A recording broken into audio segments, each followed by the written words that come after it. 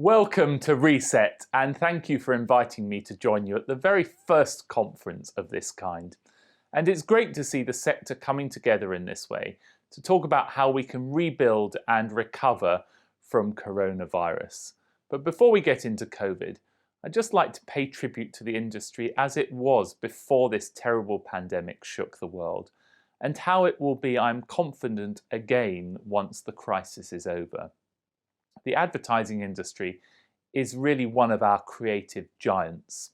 It contributed £17 billion to our economy in 2019, employing more than 190,000 people across the country. It's a vital cornerstone of our wider world-leading creative culture, supporting the artists who transition to film and TV, and all the lighting technicians, makeup artists, and other people who make up our creative army.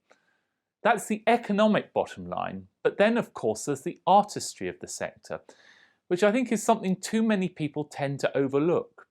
Just like the James Bond film or Sally Rooney novel, things like the John Lewis Christmas ads are now cultural events in their own right.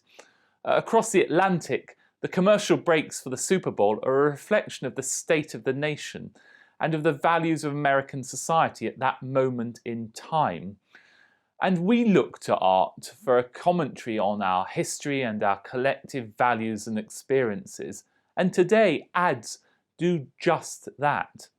And I think also that too many people forget the raw power of our sector in terms of the impact it has on every part of our lives. A well-crafted advert or campaign can influence the way we look, what we eat and drink, how we vote, and the way we behave during a global pandemic.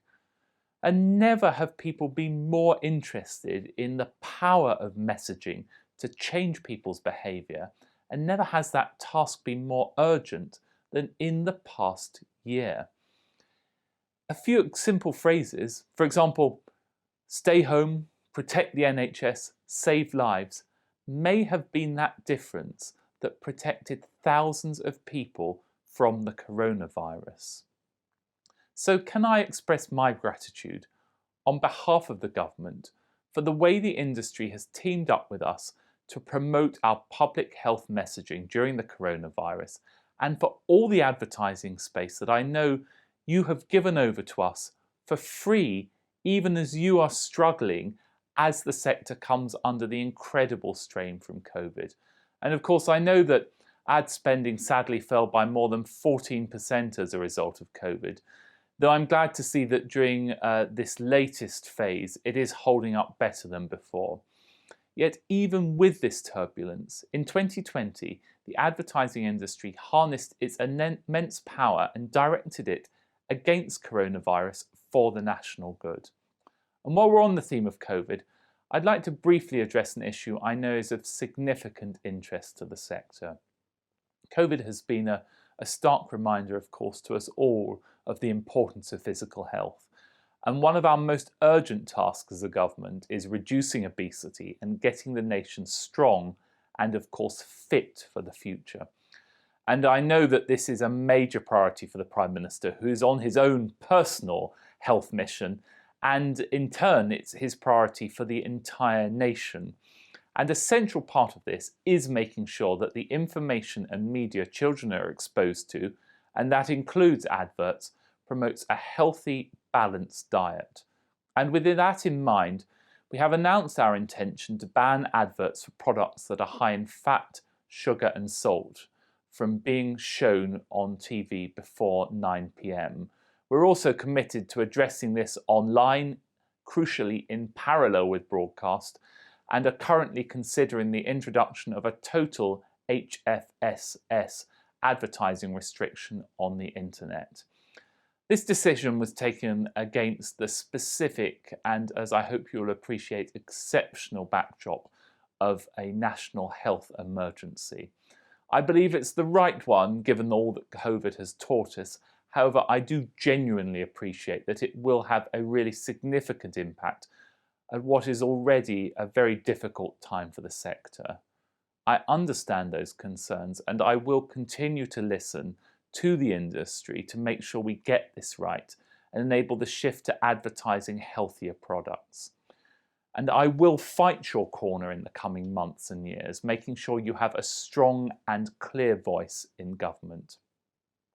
Of course, if COVID wasn't enough, the industry is also having to grapple with some deep structural changes that were brewing long before this pandemic hit.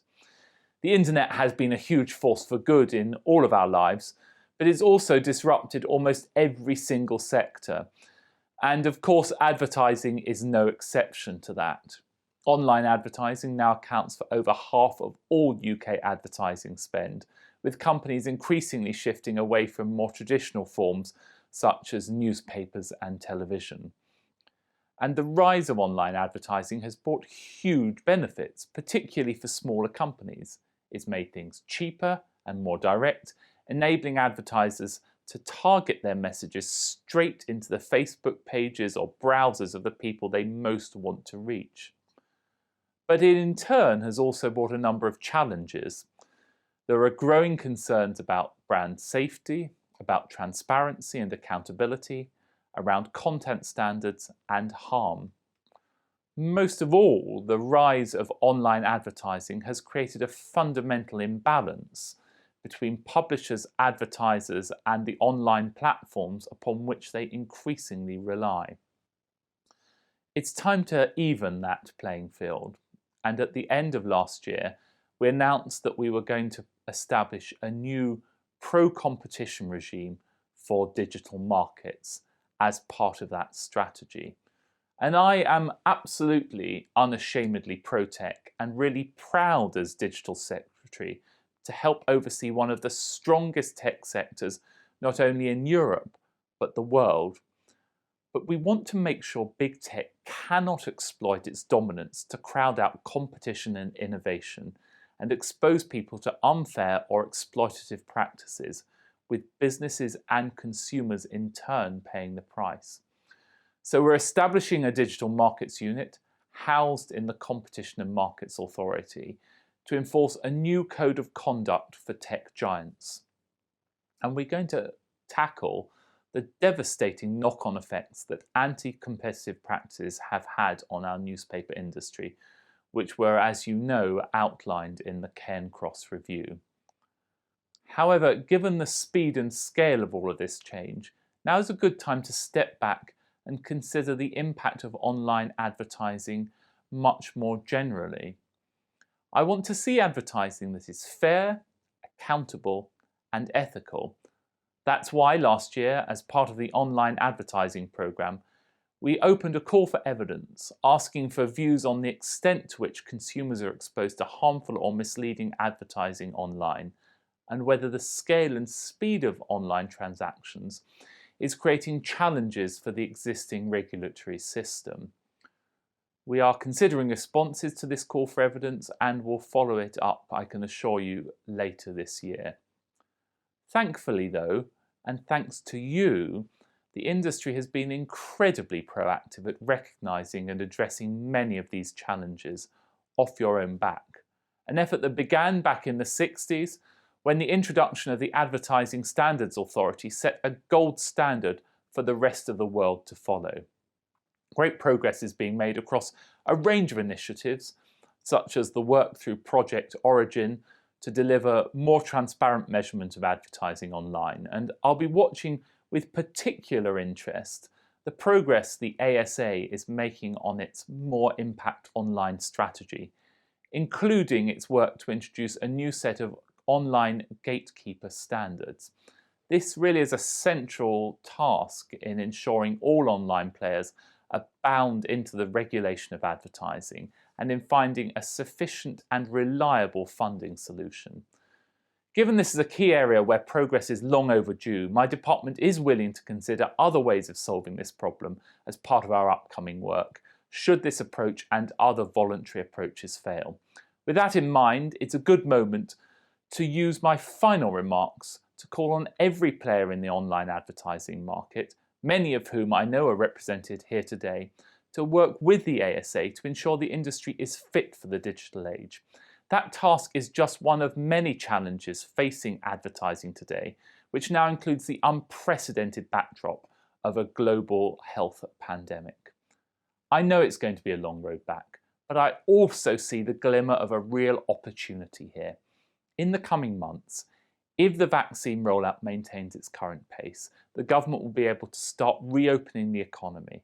And with any luck, the Euro 2020 and the Tokyo Olympics will finally make their way onto our screens, complete with the usual wonderful carnival of colourful adverts from world-famous brands like Adidas and Nike. And we will be getting ready to launch our own huge tourism campaign to broadcast to the rest of the world that Britain is back open for business. And that crescendo will build all the way to the showstopper events of 2022, to which I'm looking forward enormously. The Platinum Jubilee, the Commonwealth Games in Birmingham, Festival UK 2022, all of which represent huge opportunities for the industry. So as we regroup and begin to recover, advertising will be there every step of the way, heralding the return of all the things that make life worth living and for which we are all yearning. And it will also be absolutely pivotal in rebuilding our economy back to full strength. A strong market economy needs advertisers and your immense creativity to help consumers make informed choices. You, almost more than any other sector, can turbocharge our recovery, and the government will be here to support you through that post-COVID transition, making sure you have an environment in which you can thrive during the coming months and years ahead. It's one of the reasons why we felt it was so important to secure work permit exemptions for advertising and other industries in our deal with the EU, and why we support extended essential support packages like the furlough scheme through to the end of April. Most of all though, this pandemic represents a genuine opportunity to stop and to take a moment to think about how we can do things differently. To reset, as this conference asks us all to do, and to build back better. So as we exit this pandemic, we have the chance to leave a stronger, more equitable, more resilient advertising sector in its wake. I look forward to building it with you, and thank you very much.